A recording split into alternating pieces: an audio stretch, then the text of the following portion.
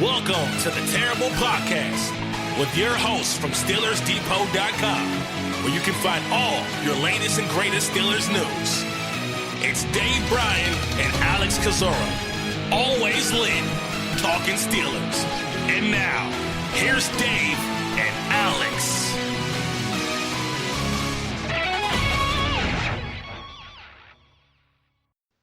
Welcome to the Terrible Podcast, Season 10, Episode 77. He's Dave Bryan, I'm Alex Kozora, SteelersDepot.com. Thanks for being with us this Friday. Steelers Nation and Dave, we were talking about this before the podcast. We had similar weather on Wednesday, not the case today, unless you happen to have 6 inches of snow outside your window. I saw Charlie Batch post something there on the Twitter machine, and it's beginning to look a lot like Christmas up where you are right now. Look, I've spent time, a little time in Michigan before, during the winter and all like that, and I don't see how you guys do it, but that's all you know.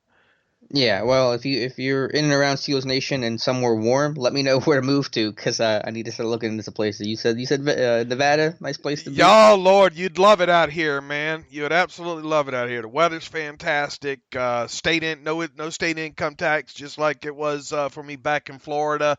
Always something to do if you want to get out and do it. Kind of thing, and the area's continuing to grow with the Raiders coming to town. Of course, the draft will be out here before we know it in April as well too, and even the whole state as a whole. Although there's really as big as a state as Nevada is. It's not heavily populated. There's a lot of rough terrain, obviously, and all out there. But I think the state finally hit 3 million in population, and they got an influx of people moving out here all the time. So it really is a booming area out here. All right, I will check it out. The news of the day, though, Dave. Right after we did the podcast on Wednesday, news came out.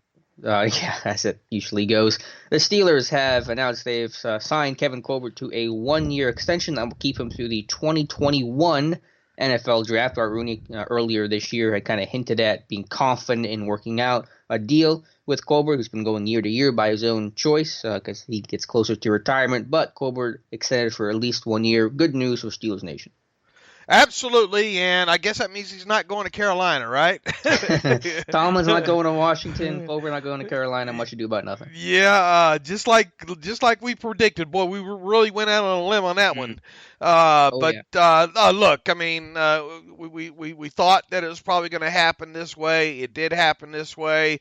Now signed through next year's draft, and look, at some point he's going to want to retire, right? And, I think we're both kind of in agreement that it wouldn't be surprising if it ends up being the same time Ben does, Mm-hmm. But it looks like they're just taking it a year at a time. That's probably just the way that Colbert wants to do it right now, at least according to him.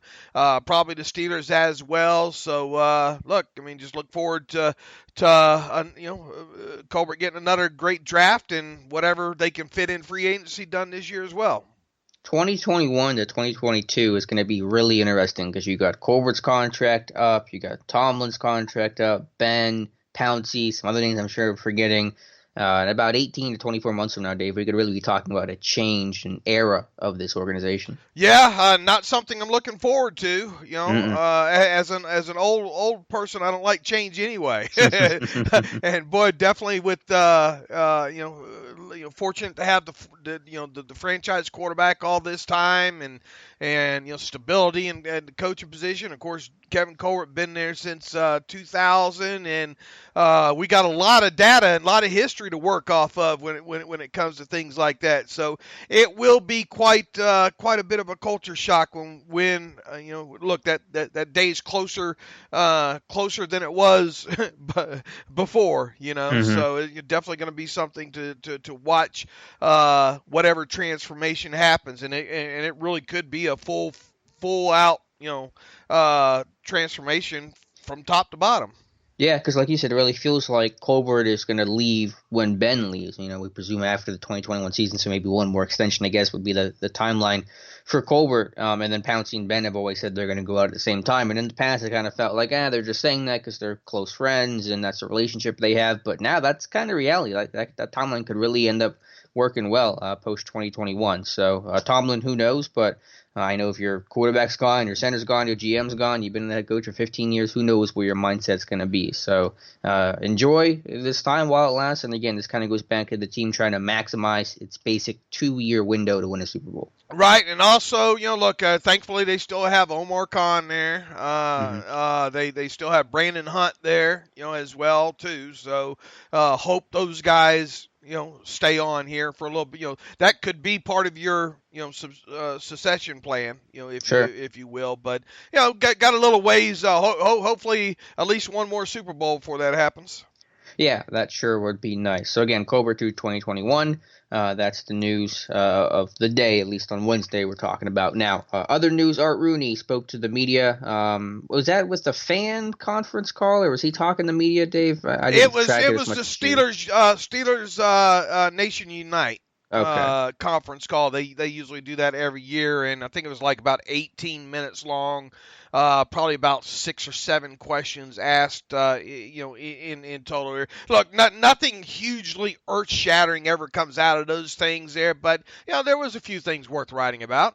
Yeah, and I think the biggest thing, at least in terms of things that Rooney said concretely or almost concretely, was actually a topic we discussed at the end of Wednesday's show, where ESPN had their kind of bold offseason prediction article, and for the Steelers it was signing a veteran backup quarterback. We both kind of downplayed that idea, did not expect it. Same with the draft, and Rooney basically said that they're not going to really be interested in bringing in a new quarterback into the fold. Rooney said, I think this is a general question about what to address in free agency. He said, quote, "I'm not sure about quarterback, whether we'll have an opportunity to sign anybody. I think we're pretty comfortable with the people we have on the roster right now in terms of Ben and Mason, and I think we'll have Duck and Paxton Lynch back and participating, competing in camp and things like that this year." So that's pretty cut and dry. Again, for anyone trying to cling to the hope of a Mariota type or any sort of draft picking, Jalen Hurts, whatever, don't get your hopes up because it's just not going to happen.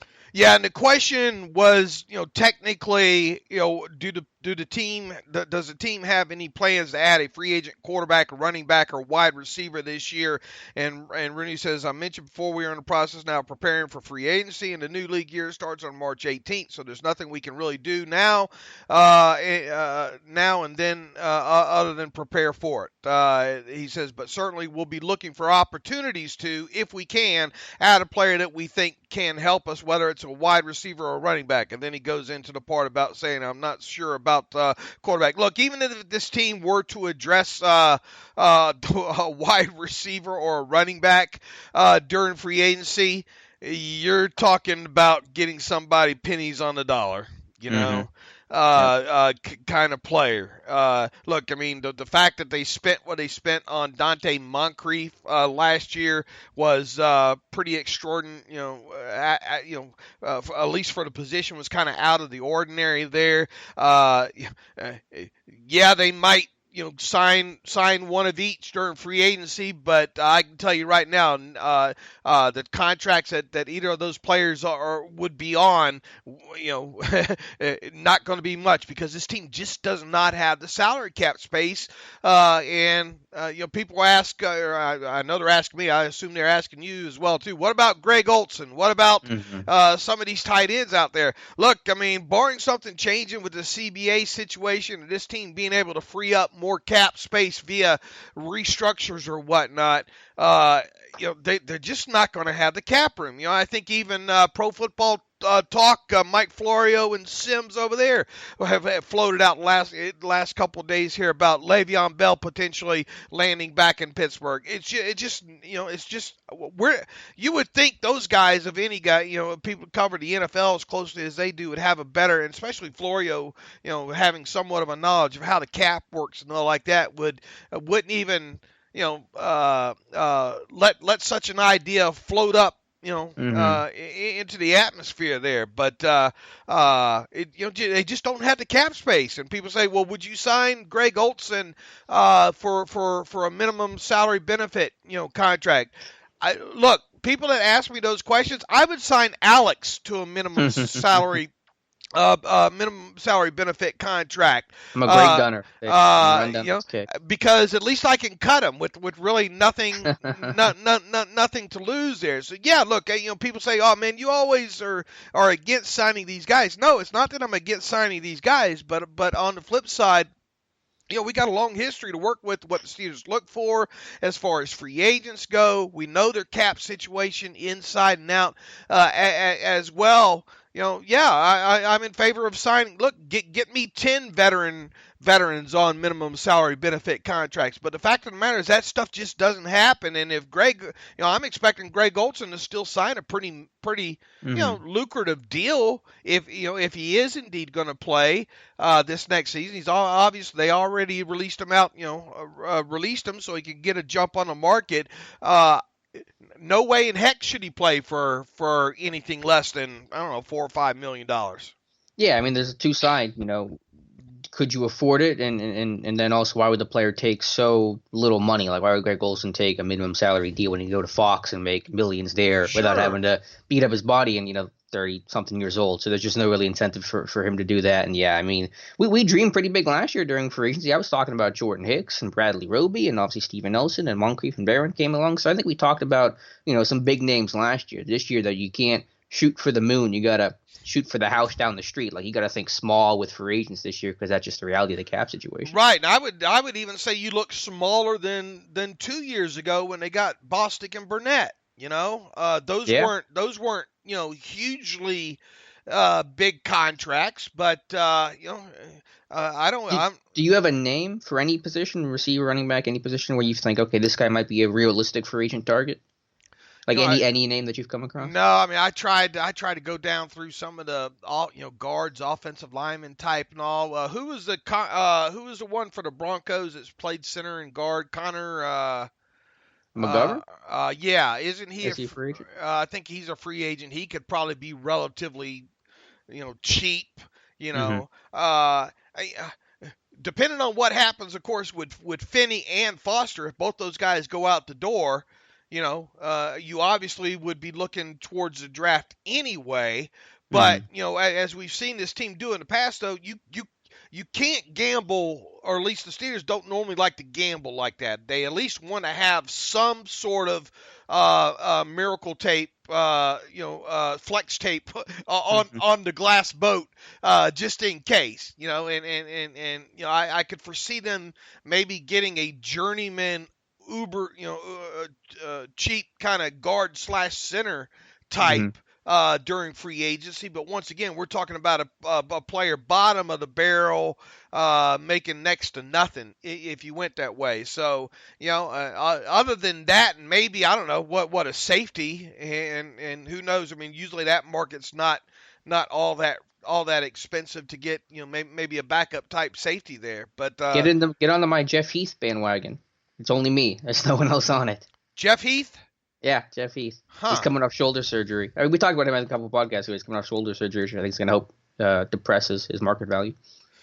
Hey, look, I mean, if you can get him on the cheap, I have no issue. What is he, 6'1"? He's 28 years old. He's listed 6'1", 212. 28. Yeah, did they bring him in for a visit or no?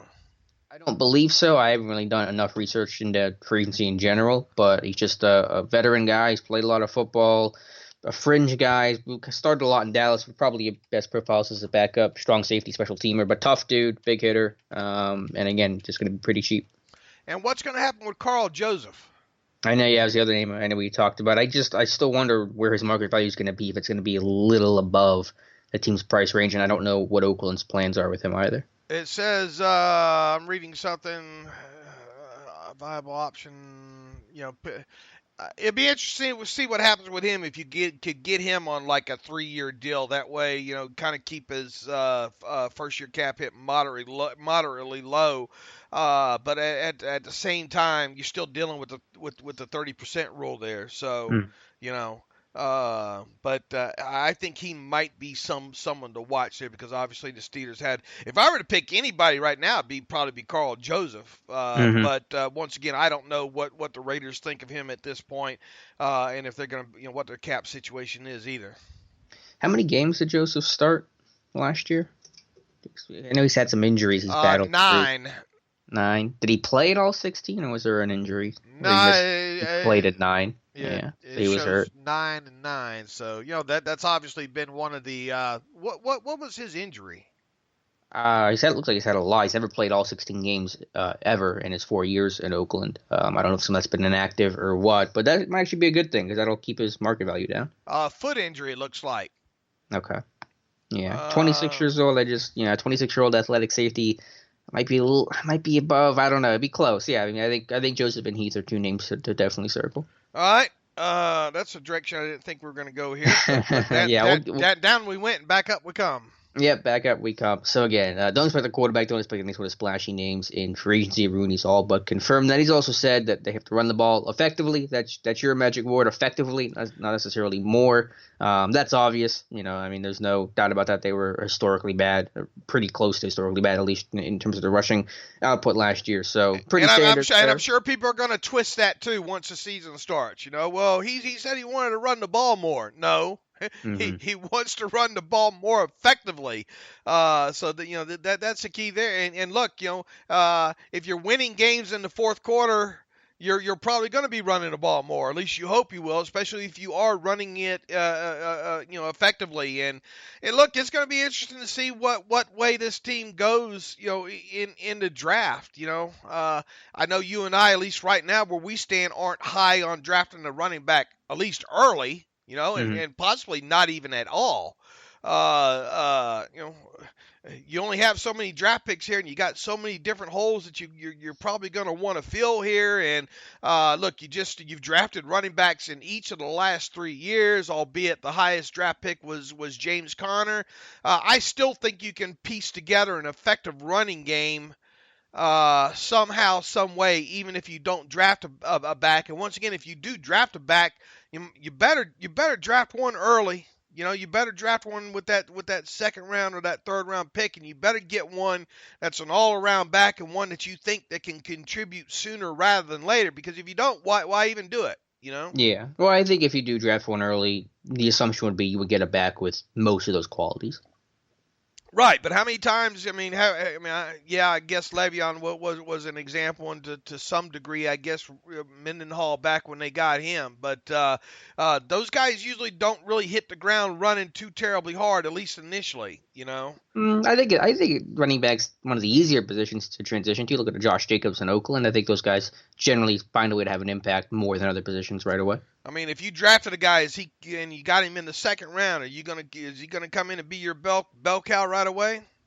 I think he would have heavy involvement in the offense. I don't know exactly to what degree, and obviously if Conner would ever go down, then we might get pretty close to bell cow status. I mean, again, Benny Snell's still there. I just can't see a running back. I don't want to go down this rabbit hole, but I think there's other ways to try to improve the running game other than drafting a running back at 49, improving the scheme, improving offensive line. Obviously, the presence of Ben is going to certainly help, and those kind of things will be the things that will help the running game just as much. Yeah, I agree. But don't confuse what Art Rooney said, effectively with running more. Obviously, you hope that you're running more because that's just generally a good sign. And Art Rooney pointed to a couple teams, having success. A couple of the playoff teams. Obviously, the 49ers and the Tennessee Titans ran the ball effectively and played good defense. And look how far that got them there. Now, of course, neither one of them, the quarterback position.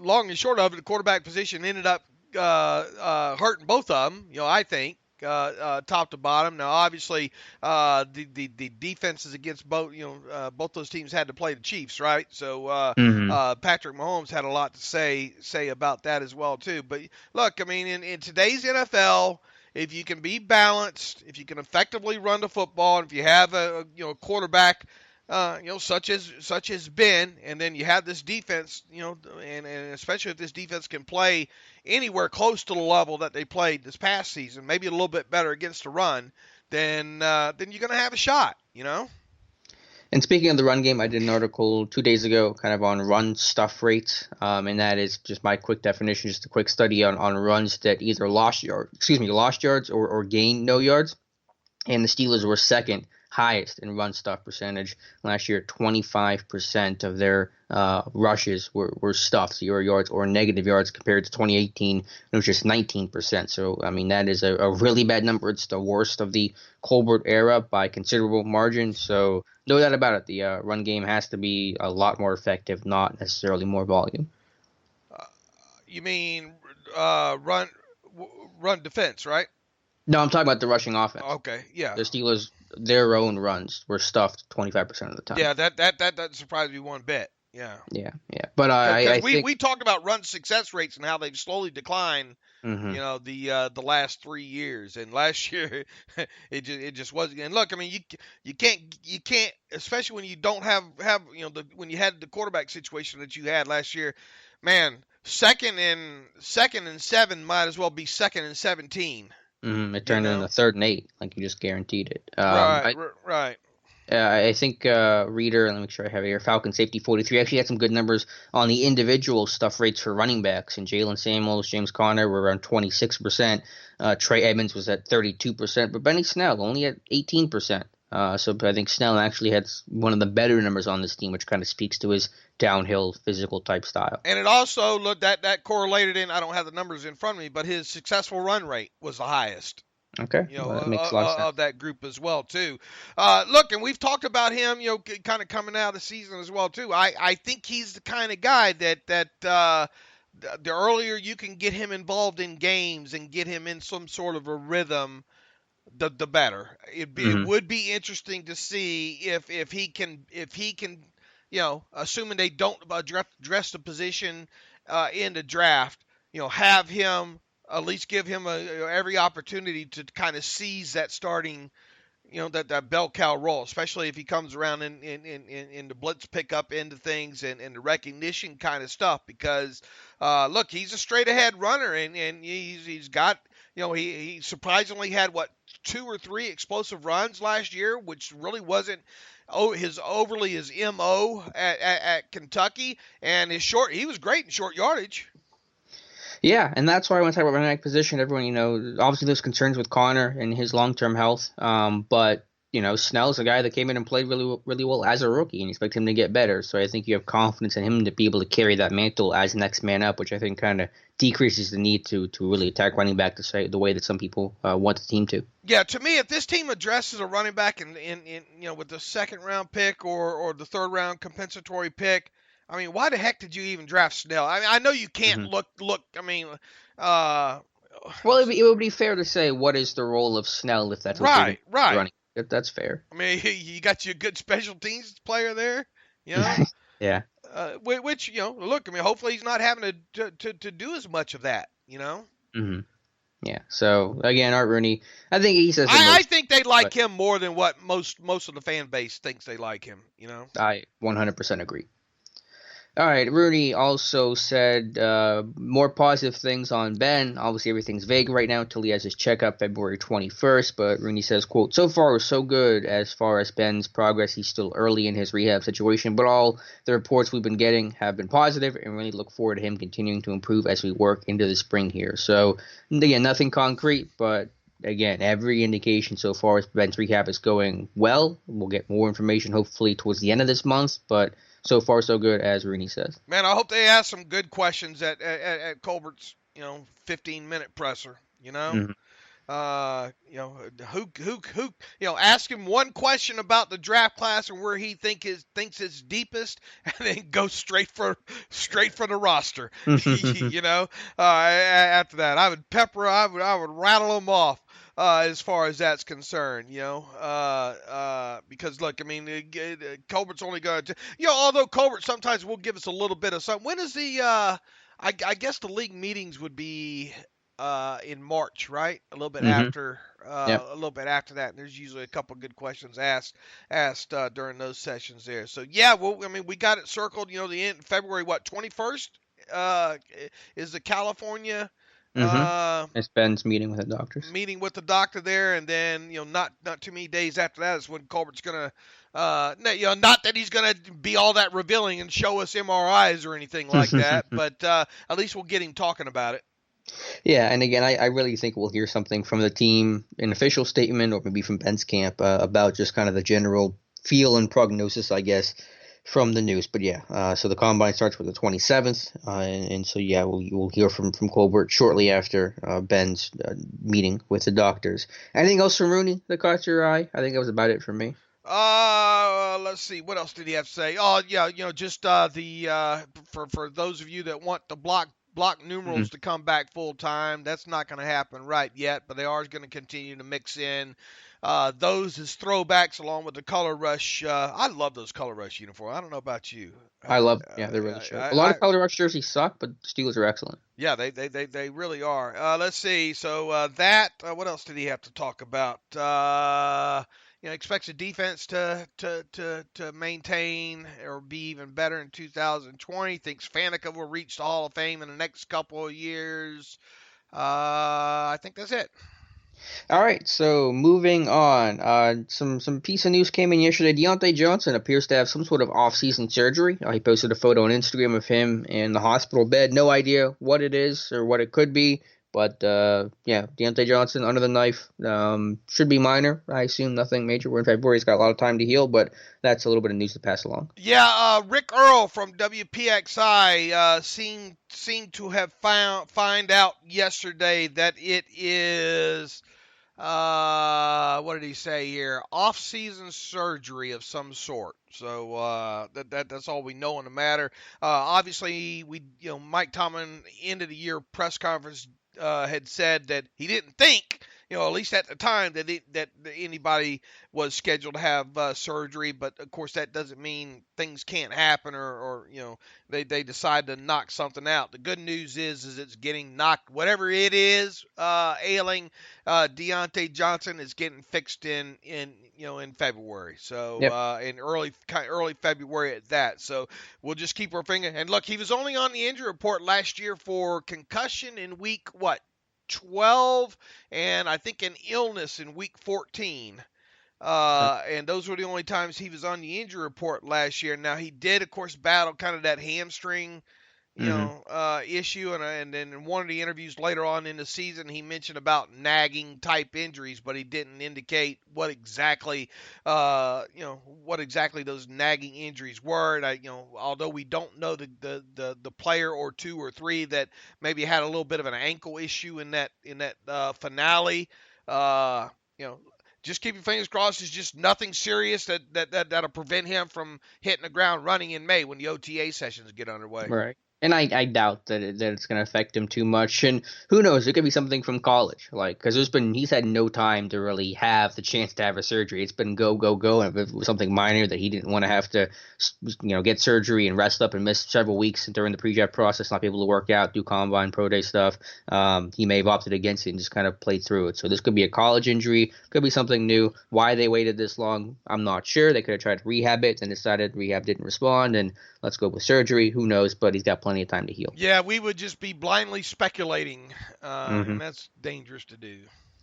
All right, so that's the news on Diontae Johnson. Another piece of news that came in certainly caught my attention. It seemed to catch the attention and the ire of much of Steelers Nation. Little nugget of information. I don't even know if I want to call it a report, but Jerry Dulac in his chat was asked about maybe some cuts with Mark Barron or Vince Williams, and let me read Dulac's quote here exactly. He says in regards here, I don't know if it's a better option, referring to Vince being released, but says, quote, but it might be a more likely option. So Dulac's basically hinting in some capacity about Vince Williams getting cut, and let's just be very clear, that's the dumbest thing this team could do, both in making your roster worse and having no cap savings. You can speak to that better than I can, but I can't see any way that Vince Williams actually gets cut this offseason. There is, look, not saying that it couldn't maybe eventually happen come the start of the season if he were to be beat out by whoever, but you're doing it now, it just makes zero sense, okay? Mm-hmm. You weaken your depth chart. All right, because I don't know how and why he's got Mark Barron surviving, or at least maybe being cutting Williams over Barron being a better option there, because you actually do save a considerable amount of money with Barron as opposed to Vince Williams. Because look, Vince Williams has got some money that would accelerate a bonus proration money, and by the time you have roster displacement, look, in short, the Steelers would gain a little less than $1 million in 2020 salary cap space prior to roster displacement by cutting Williams. After displacement, which is basically 400, I don't know, whatever the minimum, 485, whatever it is, thousand. You're talking about just saving right at $500,000 in cap space, and you're gutting another piece of your depth chart. A guy that's good against the run, a guy that can still give you some help on special teams. It makes absolutely zero sense to choose cutting Vince Williams over a guy like Mark Barron. Well, Dave, you know the old classic saying, anytime you can make your roster worse and save virtually no money, you got to do it. Absolutely, yeah. Yeah, if there's a cut, it's Barron, it's not Vince. Right. And we would be shocked if it's not Barron, you know. Yeah. Now, once again, look, I mean, could something happen, down the road, and Williams get shuffled down the depth chart even more, and then it becomes he just didn't win the roster spot, I suppose. But once again, that even that scenario is highly unlikely. Yeah, and I know that Barron played more than Vince last year, but Barron was a dime package guy, and you should reasonably and comfortably assume that Devin Bush is going to assume that role heading into year 2 for him. So Barron's not the dime guy anymore. He's going to be playing a little in nickel, I guess, and that's about it. And Vince is obviously a guy they trust in base at least, and he can play in nickel. Then what's Barron's role? Where does his snap count go? So his snap count would certainly plummet even if he were to last on the roster, because Bush is going to take away those dime snaps. So he's not playing special teams. Barron's not. Right, and Vince obviously can. Did a great job early in his career. Did a little bit last year as well. Probably should have done more last year, if we're being honest. So, if they're making a move there, it's Barron. It's not Vince. Why? How do these guys not know that? I like Dulac too. Dulac says he doesn't know if it's a better option. He's seeming to hint at that I wouldn't do it. Him saying this, but the team might do it. But I don't even know where that comes from. I don't even know where that comes from either. But it just seems like I don't know. It sure did get us some comments. Yeah, I like the 97 comments on that post. Yeah, Vince's reaction and in that cover photo is my reaction to reading Dulac's comment about that. Just the crazy eyes there from Vince's. I tell you, Matthew Marksey can choose some photos sometimes, can he? He sure can. So again, we're not expecting anything there, but we do want to address it because that obviously, caused some waves among Steelers Nation yesterday. Also causing waves among Steelers Nation yesterday, and I'm loath to talk about the subject at any length of time, but because this happened in the Pittsburgh area, we should probably address it. Antonio Brown, our best friend Antonio Brown, was on The Fan, I think. Yeah. I'm not sure what show he was on The Fan with an interview, kind of doing a semi-apology tour, but semi-not in Pittsburgh, and saying nice things about Tomlin and saying a lot of good things about Ben and Colbert and the organization. Not so much on Juju. I don't even know where to begin with this stuff. You follow it probably a lot closer than I do, Dave. I don't know really it changes anything, but give me your opinion on that interview. Yeah, and look, I mean, he tries to say there's no beef in Juju, and then he goes and kind of backhands him, and at one point during there he was giggling a little bit about, I guess Ben has Juju over AB now, and a little bit of a giggle at that. He made sure to reference that Juju only had 500 yards last year, and he's still running around like he's all-world, or people still think of him as all-world. He definitely... Maybe had how many yards last year? Huh? He had less than 500. Yeah, absolutely, yeah, exactly. When he talked about even Ben, Ben, it's the no respect tour is what it is. With AB, I can't get anybody to give me any respect. Is basically the what I came away from this with. He says. He went to Ben late in that 2018 season. The two had a conversation. He says, I just think, man, over the course of time, a lot of stuff had just built up. So our last meeting was that last day from the last week I had in 2018. I met with him, and he was trying to explain to me, like, AB, everyone doesn't hate me. I just think Ben is really nonchalant. So what people think about him, people are really talking to him behind the back. They won't really share to him in his face. So a lot of people who deal with Ben are not dealing with him out of the reality of what it is. And it sounds like the show he used to host on Steelers Like What It Is. Oh, yeah. Right. And a lot of people are really nervous to tell him what it really is because based on on the position he's in. He goes on to say, so a guy like me, we had a real heart-to-heart hash out, but I just think too much stuff built up that it was too late. Do I hate Ben? No. Do I love Ben? Yes. Ben's a great guy, a great person, a great quarterback, and all that. All the disappointment and frustration we had could have been stopped.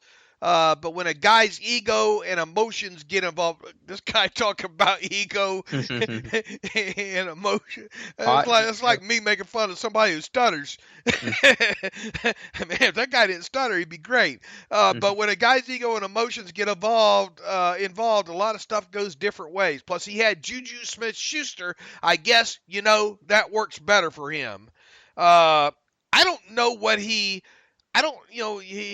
last week he gave or during the Super Bowl week gave an interview with Josina Anderson of ESPN.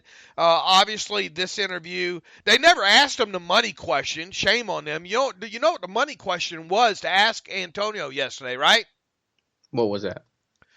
Was he upset that Juju was named MVP? Right. I mean, that should have been such a Captain Obvious question to ask Antonio, and it wasn't.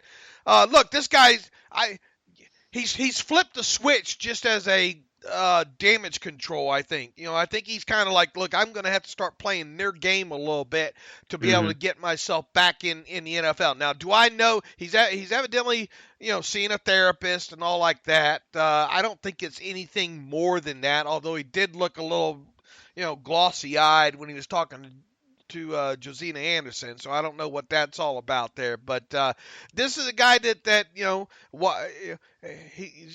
he's got one finger pointed out and three pointed back at him, kind of deal. I don't know what he's hoping to accomplish here. If you don't conduct these interviews and and every word out of your mouth is, look, I messed up, it's all on me. I'm sorry to everybody I offended. Did I remind you it's all on me? I just got too full of myself. It's all on me. If that's not the preface of the whole interview, then why even do it? I don't think personally, because look, he made sure to reference. He was asked about going 100 miles an hour on McKnight Road. And he kind of tried to flip that around. Saying, well, look at Juju. Juju's going 100 miles an hour and filmed it and all like that. Kind of saying, well, look at what he did, instead of taking, and then, talking about, look, you don't understand the position I'm in, talking about the tirade that he had a couple of weeks ago with the Hollywood police out there that he filmed, and he posted on social media there. This is all just an act or just some sort of a tactic to try to get him back in whatever good graces that he can get in. And look, I mean, I don't know if he's played his last game in the NFL. There's probably, all it takes is one team, right? And, but boy, if that team gives him anything in the way of guaranteed money that they can't get out of, shame on them. Is all I can say. And for those of you that think and hope and praying that some sort of reconciliation is going to end him back in Pittsburgh, keep dreaming. Yeah, I mean, that's not going to happen. I mean, I don't know what to really make of it. I don't spend much time thinking about it. I mean, I do want him to be candid and honest in these interviews, just to help understand where he's at and why he's done the things that he's done. But I agree. I mean, generally speaking, the best thing for him to do is just to kind of lay low, calm down, stay out of the media cycle, get off social media. Hopefully the NFL wraps up their investigation into him. And from his standpoint, obviously, hopefully that they would clear him, and that'll let teams to really be able to start taking an incentive to show interest in him, try out, work out, leave the cameras at home, leave the entourage at home, and then get signed to a team and try to rebuild this thing. That should be his approach. I don't know if that's the path he's going to take. He's always unpredictable, but if he ends up in the NFL, it's not going to be in Pittsburgh, as you said. Look, if you want to post your workout videos or whatnot, and to keep a visibility, some level of visibility there, on Instagram and on Twitter and all like that to show that, man, I'm out here working, kind of thing. I have no issue with that. I don't have any issue with kind of players going that route, and I kind of find it interesting sometimes to see some of the things that they're doing to stay in shape and those kind of things. I don't have an issue with that. But when you're going to just use your social media to rant and rave and post pictures of you cussing out the cops and those kind of rants, you're really hurting yourself there. And people are going to say, and we've already talked about there's some section of fan base and media out there that thinks Juju is doing too much, social media wise and media wise and brand wise. Look, I don't have an issue with a guy building his brand because, look, Juju's still on a rookie contract. He probably makes more off the field than he does on the field. All right. And until he gets, look, next play could be your last play, right? So I don't have a problem with a guy building his brand and all like that. Now, do I should he have videotaped himself going 100 miles an hour down the road? No. Should he probably put out there him doing some cliff diving or jumping out there in Hawaii? Probably not. Because people, that's bad optics, It's just bad optics. And Juju's not the best yet with handling the media. All right. Everything was fine when everything was going good for him, but once he hit, in those rough spots there, he's starting to see there's another side that goes along with it there as well. So I just think he's got to do. Look, I understand him having to be at the Super Bowl, for whatever media or whatever commercial brand obligations that he had. But you got to be super careful what you say and all the optics that go along with it. And if it was up to me, and I threw this out on Twitter yesterday, I would call Larry Fitzgerald up and I'd say, Larry, this is Juju. Can I come spend the rest of the offseason with you? And beg and plead for that to happen, because they're hitting a better person for him to be around to learn the ins and outs of not only the game, but how to carry yourself both on and off the field while still building a brand, being able to effectively build a brand, on top of it. Now, is that a little bit extreme? Does he need that to succeed to take the next step? No. But, coming off of the season that he had, everything that's gone along with it, if I were him, I'd just be careful with how I treat my social media and how I react to certain questions here. And here's one of the things that immediately came to mind as soon as Antonio Brown, had that long interview yesterday, Alex. It's the fact that now, what's the first questions we're going to, Ben and Juju are going to face when they show up at OTAs? Everything AB related. Right. It's going to be, Ben, how's that elbow? And what did you think about what AB said? Mm-hmm. Juju hasn't responded to anything AB said in yesterday's interview, correct? No, but here's the funny. He shouldn't respond. Right. No, and really, to me, the proper response, any question about what AB says, look, that's all behind us now. Right. We wish AB nothing but the best, but, that happened, all AB's no longer on the Steelers. Well, basically, a manufactured no comment, that's about 2 paragraphs long, and that's it. Getting into specifics and responding back anything other than that is just inviting another response from the other side, or inviting misinterpretation of what you said, kind of thing. So, now there's going to be questions. It'll be interesting to see how all parties involved handle it. It probably not a full-fledged distraction, but it's going to be a question that those guys are going to have to face. And look, Juju, I thought was great even down at Media Week at the Super Bowl there. It was on Golic and Wingo was one of the shows he was on. He was asked, and I wrote about this as well too. People want to read the quotes on it. He was asked essentially, what he thinks about all that transpired with AB, and I thought he handled it well. Look, AB is a guy that I looked up to. I used to DM coming out of college and watched his tape and all, and now I wish AB nothing but the best. And as for me, I'm gonna aspire to get to his level. And I thought that's great. But the more you talk about and respond back to kind of loose cannon, you're just fueling his fire, AB's fire, and you just let it all go now at this point. Yeah, and I do wish. I mean, the media definitely fuels this too by continuing to ask about this stuff, expecting some sort of response, and basically just trying to poke and prod to. Well, I mean that's their job, though. To create this beef and drama, I wouldn't classify that. Sells, well, I can't say it sells newspapers anymore, but it sells. It sells for clicks. Yeah. No, I get that, but I think it's still wrong. I think both can be true. It's done for clicks, and it's I think that's irresponsible. Not necessarily the media's really real clear goal, but I mean I understand that's going to happen no matter as much as I try to protest against it. I mean, look, we benefited from it site wise. I mean. Sure. No, yeah. I mean, I try to stay away from that stuff as much as possible. I haven't talked about AB in the longest time just because I was so drained from that whole saga. But yeah, I mean, I'm not putting us above anybody else. But I do wish the media, at least when they interview these guys, like if I interviewed Juju, I wouldn't ask one question about AB. I'd ask about Juju. But all it takes is one to ask him about it. And I know someone's always going to ask him about it. Right. So I mean, you're not going to get away from that stuff. No, I know.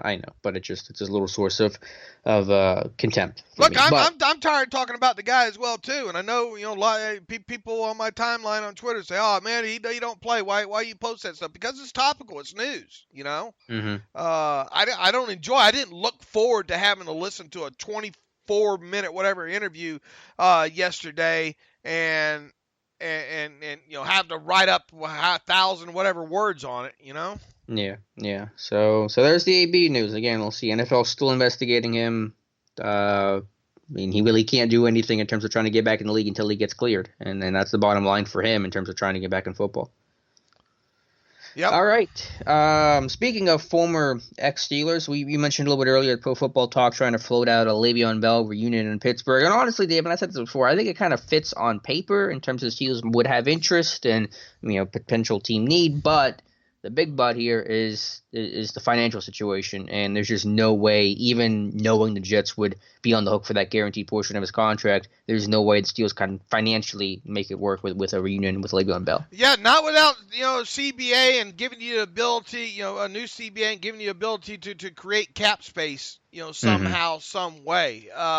And look, AB not going to take. I mean, Le'Veon Bell's not going to take less money, Right. But yeah, I mean, it just I think it fits. I think they would have interest. I'm still convinced they had some level of interest during the trade deadline last year. But I'm not. But I know. Yeah, I know that you're not. But I think regardless, financially, there's just really no way. I mean, you can barely make it work right now. How can you throw Le'Veon Bell on top of that? I mean, he's scheduled to earn $8.5 million in a base salary and $4.5 million, or another $4.5 million, $5 million in total in roster bonuses on top of the 8.5. So there's only two. Look, I mean, I guess technically. If they could trade him and get out, from underneath the future guaranteed money, that's a lot better than obviously cutting him, because of the guaranteed. I don't know how the offsets would work with that and all to some degree there, but he's only got $6 million left in prorated signing bonus money, so that's not the huge factor with him. The huge factor is what's guaranteed in these other years here. Yeah, and what's his base salary for 2020? $8.5 million. Yeah, I mean, Steelers just can't afford that. They can't take that on. Right, and no, there's no way. I mean, no. Yeah, I mean, that's the bottom line. Again, I think if you had the cap space, I think you could have a serious conversation about it, but just not in the cards right now. And look, I mean, he wasn't great last. Of course, I don't think they used him properly all the time, but he's up there in age now. Getting closer up there in age. I don't know how much more time. I just don't see him worth the money now. Yeah, I hear you. All right, Dave. I think that's about everything we wanted to talk about today. Am I missing any sort of topic? Feels like we're missing something here, Alex.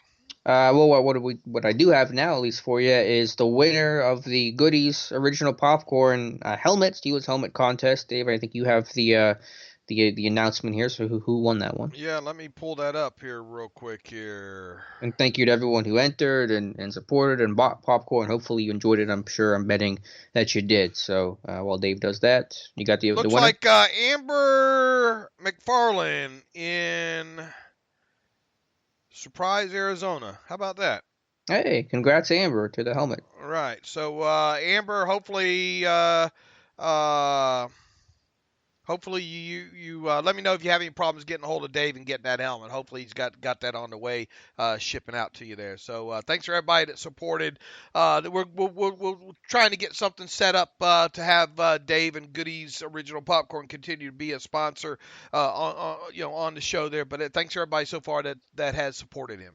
Yeah, absolutely. All right, Dave. I think that's everything I had topic-wise, so we can get to some reader emails here and close out the show. Boy, did we fly through all that quick? I'm trying to look through some of the stuff here. I think that's everything I had. Yeah, I mean, we had a lot of topics today. There just probably wasn't any one topic that was super in-depth to talk about. All right, let me get to the email machine here and see what we have awaiting us in here.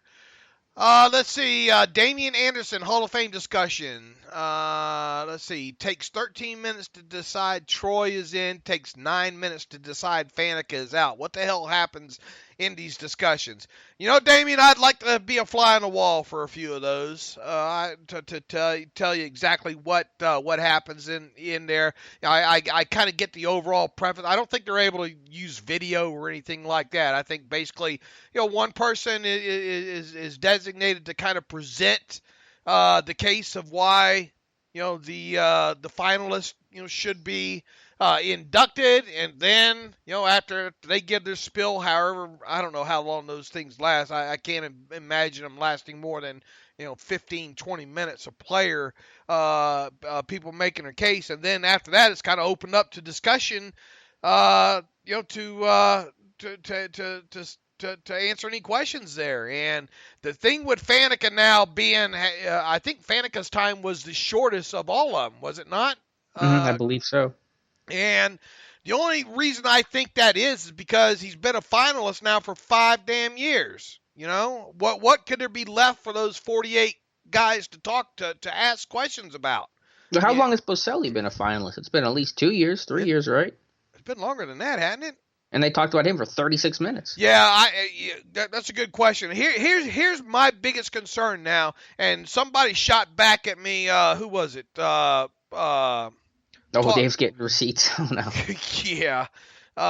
Somebody wrote an article about it. Said somebody wrote. They didn't even link or reference the full article. They expect us to link to them, but they won't link to us. Talk of America. Who was it? Clark Judge.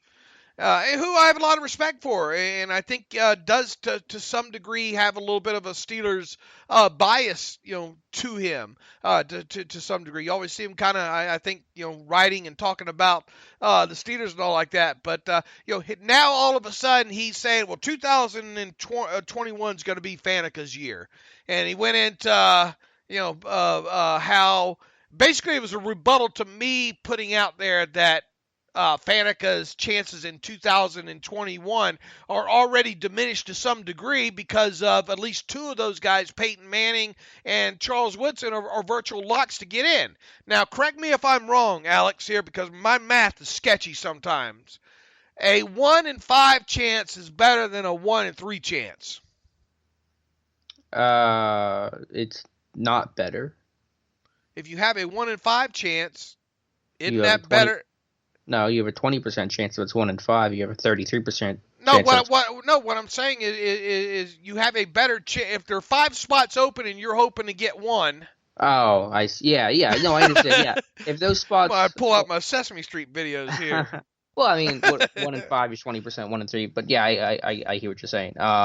If you have 5 spots available, you also have greater odds to get in than if there's only 3 spots available, and really 2. I think Calvin Johnson's going to get in. He may not be at that lock that Peyton or Woodson's at, but I think Calvin Johnson's going to get in first ballot. So, there's really 2 spots I think that are available for 2021, and that's naturally going to decrease Faneca's chances. And Clark Judge went on to say, try to frame it as more of a position, trying to frame it like, those guys that are locks don't really matter because of the positions they play. If people are going into it with that mindset,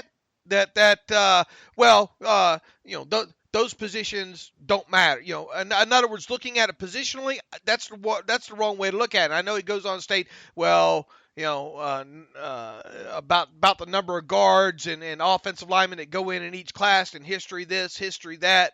That's all fine and good, but all it takes one time to break the history chain, right?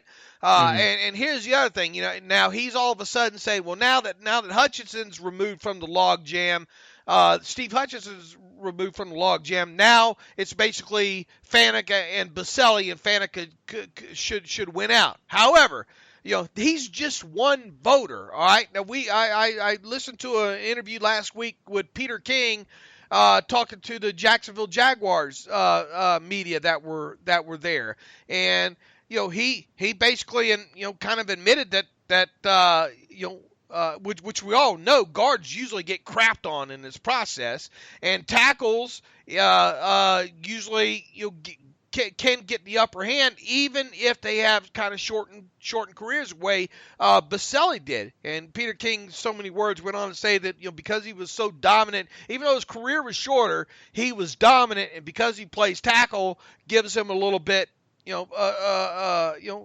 kind of a step above, I guess, would be the best way to describe that. And here's the thing too: there seemed to have been, now this obviously wasn't in that room, there seemed to be kind of a resurgence of Baselli this year. Okay? And if that's the case, and if that carries over to next year, that there's going to be huge discussions on both Baselli and Faneca next year. And look, like it or not, Gary Myers from Sports Illustrated admitted this. He's one of the committee members. One of the reasons probably Faneca didn't get in is some level of Steelers fatigue. Call it bias. I don't know if I'm using the right word, okay? Because people say, well, how can it be biased when the Steelers have so many in the Hall of Fame? Okay, fatigue's a good word. All right, maybe fatigue's a better word to use there. They don't want to put them in too quick, or all at one time. And I really believe that played to some degree a role. And I think Art Rooney said as much as well too. That probably hurt his chances. And look, make no mistake about it. The regular Hall of Fame election committee did not vote in Bill Cowher or Donnie Shell.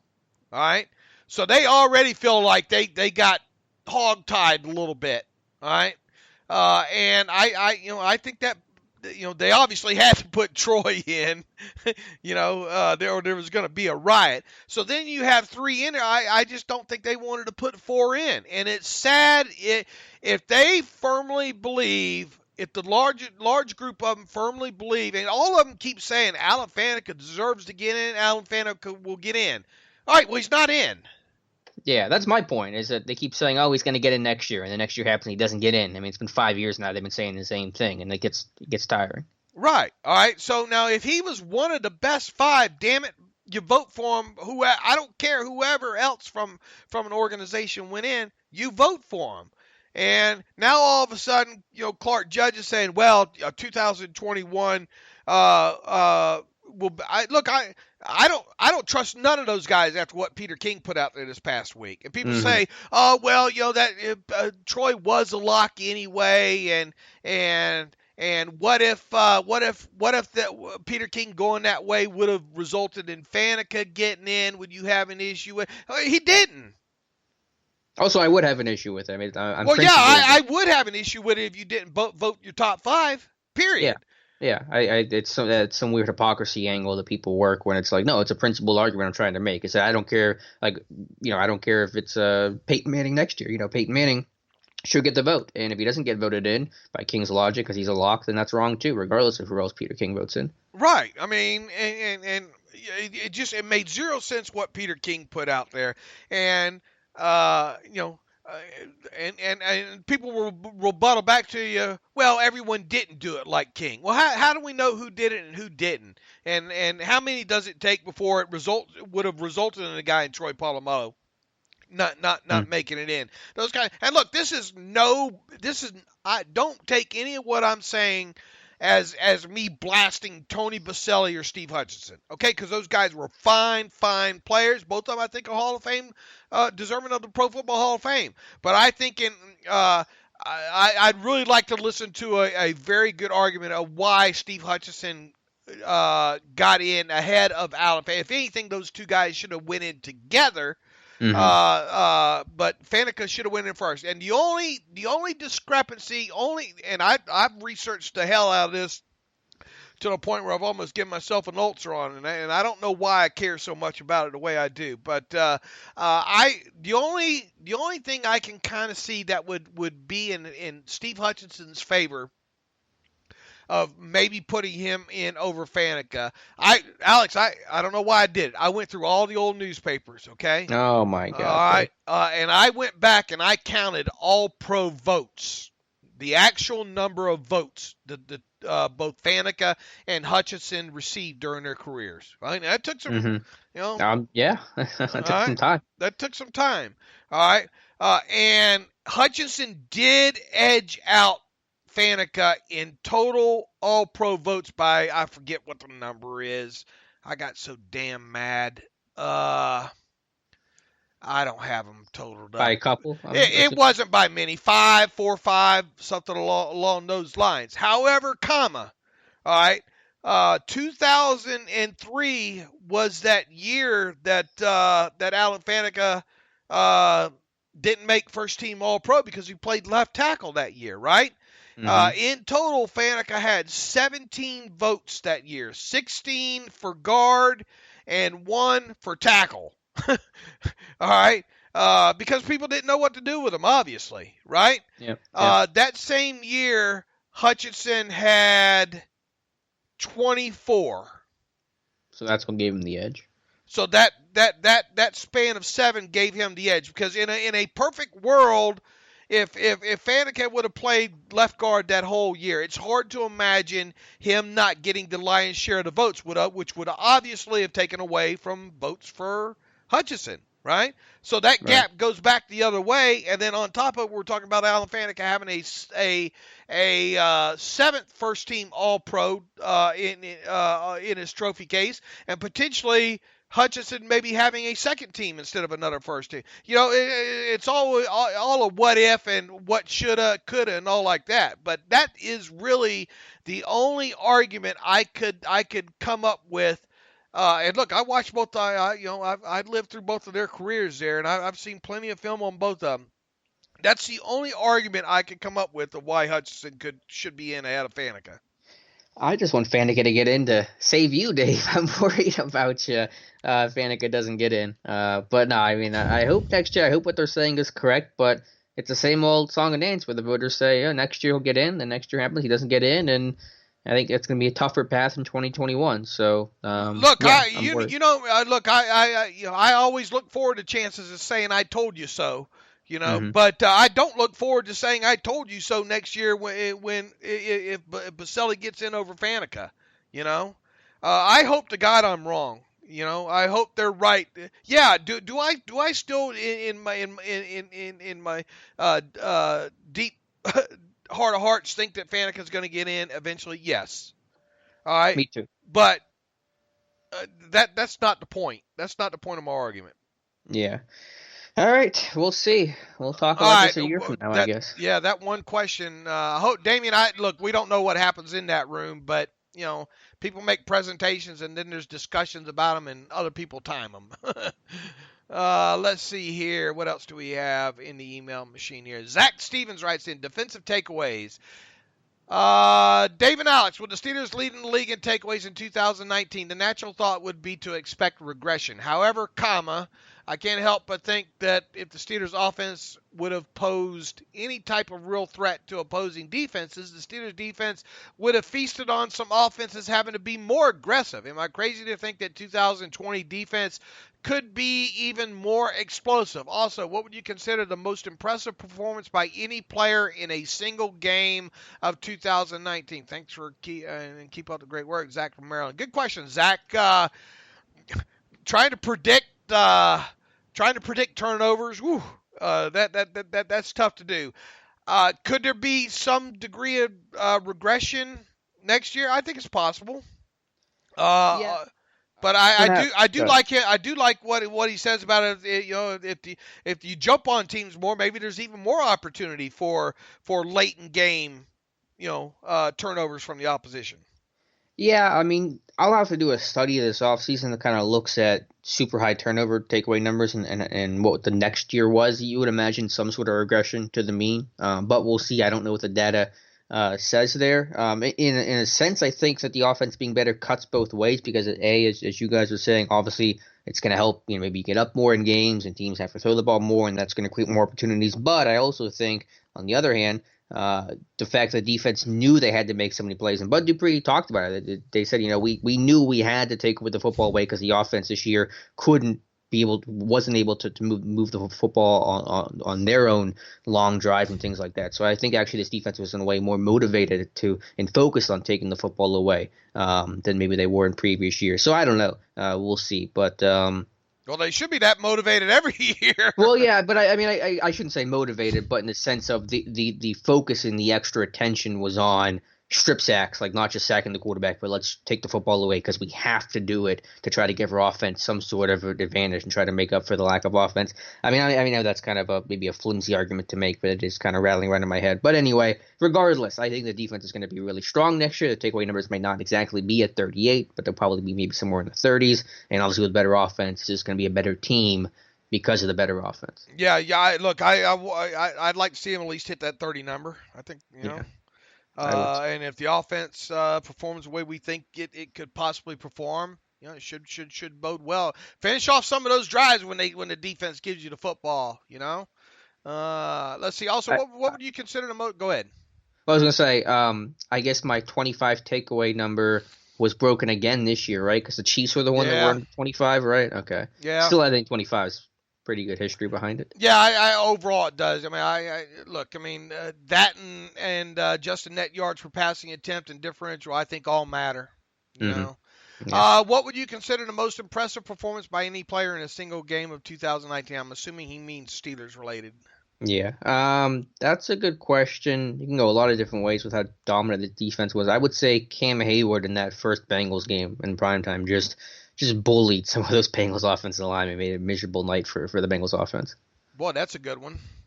Yeah. TJ had a couple impressive Minka's first game against the 49ers. Yeah. Minka coming in it would definitely be on the defensive side of football. It would probably be either Hayward, Watt, or Minka. Yeah, I'm looking at Hayward's stat line from that first Bengals game. 6 tackles, 1 tackle for loss, 2.5 sacks, 3 quarterback hits, a forced fumble on just 36 snaps. That's wow, that is pretty damn dominant. Yeah, so I think that might be my number one. Yeah. TJ had went after that Bengals right tackle quite a bit in one of those games as well too. That might have been the same game. I don't know. But yeah, look, it's going to be one of those 3 players there, and all 3 of them are going to be back in 2020. So good news there. You're going to have a more experienced Devin Bush in that defense. Minka's already talked a few times this offseason about being more open to moving around. That's going to be good to see, especially if they can get Troy Edmonds to make some plays on the back end back there. In times when he's tasked to maybe play some post safety. Yeah, I think they need to move him around, maybe some more in the slot. Get him out of the post a little bit more to let him make more plays.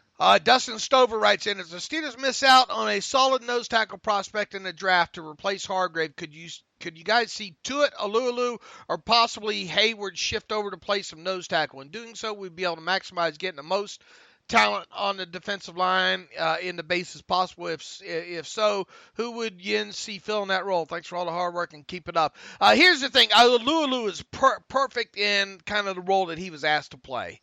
I don't think you want to do much more than that. I don't think you want to put him over the nose considerable amount of time there. I think Tuitt is best served more out, 3-4 eye tech situation. I think Hayward, look, you can put Hayward anywhere. Technically, obviously, you're not going to probably do that in your base Okie, 3-4,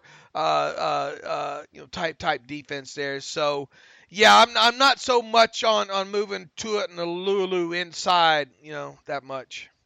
Yeah, I mean, I know the lines are blurred when they talk about defense alignments and where they're going to play, but they're not really nose tackles. It's really Big Dan, and you got to add somebody. I mean, that's the bottom line. You got to add somebody to that room. I'm starting to warm up more to a defensive tackle with that 49th overall pick. Yeah, any particular reason why you've warmed up to just because looking at kind of the other positions, the interior offensive lineman and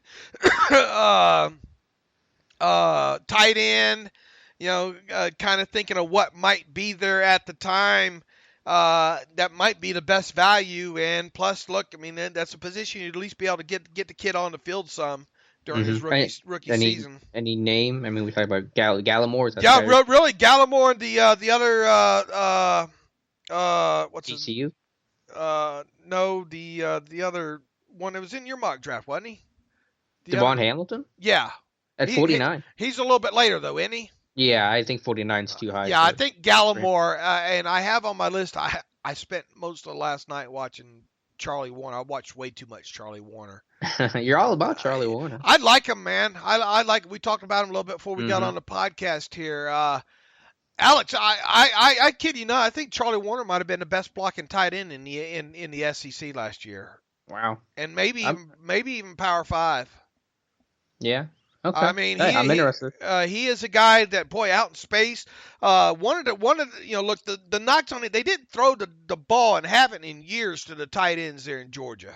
Mm-hmm. All right, so right. So that it's hard to evaluate a guy when you don't have him getting targets, that way. But I mean, he's an athletic guy. And he's a good blocker, especially out there in space, and he's got some good tape as an inline blocker as well too. Once again, he's not on. You're not going to find him in any rankings, and probably a lot of people tell you right now that he's an undrafted free agent type. But I think by the time the smoke clears on this, I hope to God they invite him to the combine because I want to watch. I want to see him compete, and I want to see his triangle numbers and see what he runs and all those kind of things there, and then kind of go back to the tape and see if I can match it up in some certain areas there. But I don't think I like him, and I've already said that I'm not a huge fan overall of this tight end class.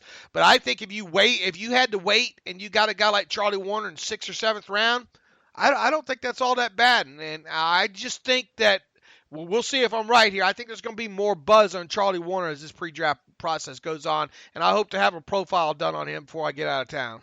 Yeah, looking forward to that. And yeah, I'm all for that blocking tight end because it's so hard to find in college football. So you find somebody who can do that. It's a lot of value. And sometimes those guys will go higher than you think. I mean, think about Drew Sample last year out of Washington. He went in the 2nd round. I thought he was going to be more of a day 3 type pick. So those guys that can block, sometimes they go higher than where they might be anticipated to go. Do you think there's a chance Gallimore on the board at 49? Yeah, I think there's a chance. I think he's going to test really well, and that could push him up. But, yeah, I think there is a chance he's going to be there 49. And then plus there's also Ross Blacklock from TCU that I think has a similar profile. So I'm going to try to dive a little bit more in. I've been meaning to try to dive a little bit deeper into Gallimore. Mm-hmm. So I just am becoming more open to getting a defensive tackle in that spot, especially if there's not a tight end, or an interior lineman at that spot there. Let's see real quick here. We got from Deshaun Campbell. So for us people not sure about the salary cap works, explain how if Ben were to retire, how would that affect our salary cap? Would that free up money or is that dead money? And also tell us why dead money is a thing. That is why I don't get it. Add back into the salary there. Okay. Here's the thing when it comes to dead money. Anytime you give a player a bonus, signing bonus signing bonuses you can stretch out maximum of 5 years. So if a player was signed for 5 years and you gave him a signing bonus, you could divide that up into 5 equal parts and prorate that thing out. Shorter years, you can't prorate a bonus longer than what's left on the contract for starters there. Second, because you prorate that bonus, if you cut that player, and especially in a year when there's no, the CBA says this year there's no post-June 1st cap cuts, you have to accelerate all of that prorated bonus money forward into the current cap year, and then that becomes what they call dead money. All right, so imagine if you had a guy like I don't know. Let's just put an example here. If a guy had $5 million in prorated money this year, $5 million prorated next year, and $5 million prorated in the following year there. And if you were to cut him this year, that's $15 million in dead money that comes due. All right? And that goes immediately toward your cap. All right?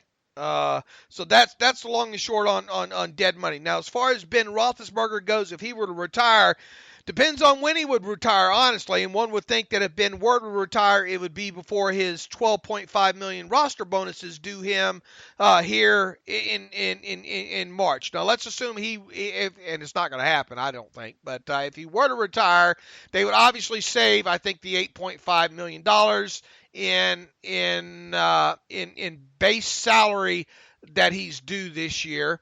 They obviously wouldn't be paying him the $12.5 million roster bonus, so there's $21 million that you save in actual cash there. Now, he has prorated money that we just talked about as in the form of $12.5 million this year and $12.5 million in 2021. So all that would come